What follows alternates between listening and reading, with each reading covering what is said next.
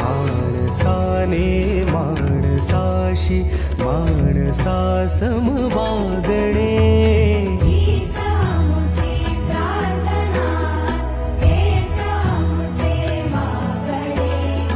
माणसाने माणसाशी माणसासम वागणे, हीच आमुची प्रार्थना.